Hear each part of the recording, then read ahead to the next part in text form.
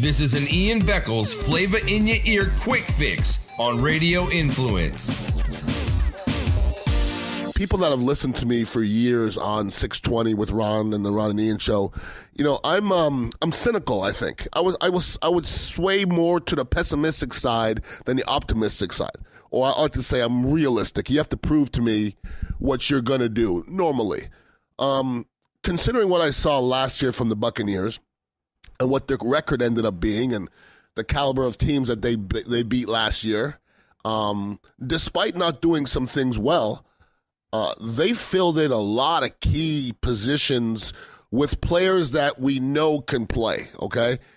If you draft somebody in the first, second, third, 12th, I don't care what round it is, you have absolutely no idea what type of NFL football player they're going to be. We brought in some people in free agency that we know. We know Deshaun Jackson can play. We know he's going to make people better.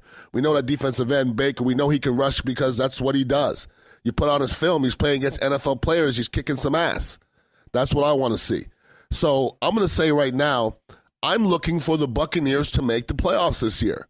If they don't, I think they should all be disappointed and sick to their stomachs. Last year, you know what? It wasn't their time yet. I don't think anybody as a Buccaneer fan thought that the Buccaneers before the season were a playoff team. So you have to look at their season, 9-7, and say, hey, that's not a terrible football season.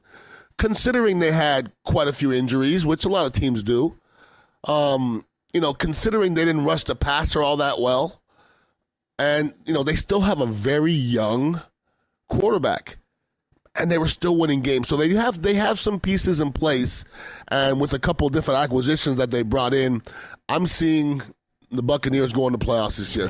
You can find Ian Beckles' Flavor in Your Ear on iTunes, Stitcher, TuneIn Radio, and RadioInfluence.com.